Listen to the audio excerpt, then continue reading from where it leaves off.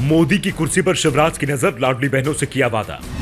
राज तिलक की थी तैयारी, लेकिन दे दिया गया वनवास। शिवराज पद छीने जाने से नाराज शिवराज, नई लड़ाई की तैयारी में।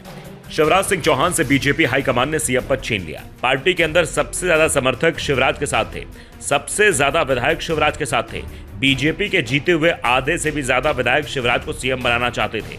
यहां तक कि हाईकमान को भी विधायकों को समझाने में कड़ी मशक्कत करनी पड़ी थी। एक एक विधायक से बात करनी पड़ी थी। मुश्किल से विधायक हाईकमान का आदेश मानने को तैयार हुए थे।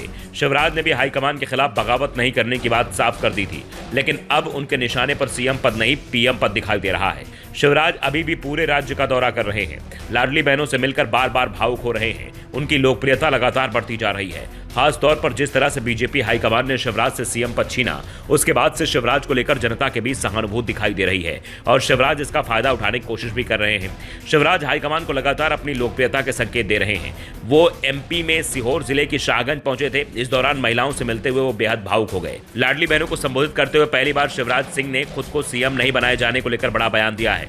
उन्होंने कहा, मैं आप लोगों को छोड़कर नहीं जाऊंगा, चिंता मत करो मेरी बहनों, मैं साथ हूं, नहीं जाऊंगा, मैं लड़ूंगा। शिवराज ने कहा कि कोई बड़ा उद्देश्य होगा। कई बार राज तिलक होते होते वनवास भी हो जाता है, लेकिन कहीं ना कहीं किसी उद्देश्य की पूर्ति के लिए होता है। शिवराज ने साफ संकेत दे दिया कि जनता ने जो वोट दिया था वो राज तिलक के लिए दिया था। इतना प्यार मिलेगा इसकी उम्मीद विरोधियों को भी नहीं थी। 2/3 बहुमत बीजेपी को मिला था। शिवराज को उम्मीद थी कि उनका राज तिलक होगा, क्योंकि ये जीत शिवराज के करिश्मे की जीत मानी जा रही थी। क्योंकि जिन 5 राज्यों में विधानसभा चुनाव हुआ था, उसमें मध्य प्रदेश को छोड़कर बाकी के 4 ही राज्यों में सत्ता पलट गई थी। सिर्फ शिवराज अपनी सरकार को बचाने में कामयाब रहे थे, इसलिए जीत का श्रेय उन्हें मिलने की उम्मीद थी। लेकिन हाईकमान ने शिवराज को जीत का श्रेय नहीं दिया। उनका राज तिलक भी नहीं किया गया, उल्टा वनवास दे दिया गया। आज शिवराज के पास कोई भी पद नहीं है, वो सिर्फ विधायक हैं। इसके अलावा अपने नाम के साथ वो पूर्व सीएम लिख सकते हैं। ऐसे में शिवराज ने भी साफ कर दिया कि वनवास मिला है और वनवास से वापसी के बाद राज तिलक भी होता है। फिलहाल बीजेपी राम मंदिर के मुद्दे को उठा रही है और शिवराज ने एक तरह से भगवान राम को मिले वनवास से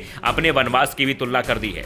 यानी वनवास के बाद फिर सत्ता मिलेगी और इस बार सत्ता भोपाल की जगह दिल्ली की भी मिल सकती है, क्योंकि वनवास हाईकमान ने दिया है, इसलिए कुर्सी भी बड़ी मिल सकती है। वैसे शिवराज ने अभी तक दिल्ली की सत्ता को लेकर खुलकर कुछ नहीं कहा है, लेकिन जिस तरह से वो हाईकमान के लिए मुश्किलें बढ़ाते दिख रहे हैं, उससे साफ है कि शिवराज की नजरें अब लोकसभा चुनाव पर लगी हुई हैं। शिवराज की बयानबाजी के चलते बीजेपी हाईकमान भी बैकफुट पर दिखाई दे रहा है। कुछ दिनों पहले हाईकमान ने शिवराज को दिल्ली बुलाया था। जेपी नड्डा ने शिवराज से मुलाकात की थी। इस मुलाकात के बाद शिवराज के तेवर नरम पड़े थे, लेकिन अब एक बार फिर उनके बयान हाईकमान को हैरान कर रहे हैं। खासतौर पर जिस तरह शिवराज मोदी सरकार की जगह अपनी सरकार के समय शुरू की गई योजनाओं का प्रचार कर रहे हैं और अब जिस तरह शिवराज राज तिलक और वनवास की बात कर रहे हैं, उससे साफ है कि उनके निशाने पर हाईकमान ही आ चुका है। ऐसे में लोकसभा चुनाव में अगर शिवराज ने मध्य प्रदेश में खेला कर दिया तो बीजेपी के लिए दिल्ली की राह मुश्किल हो जाएगी। एमपी में लोकसभा की 29 सीट है और 2019 में बीजेपी को 28 पर जीत मिली थी। Bureau report, the Dhakad news.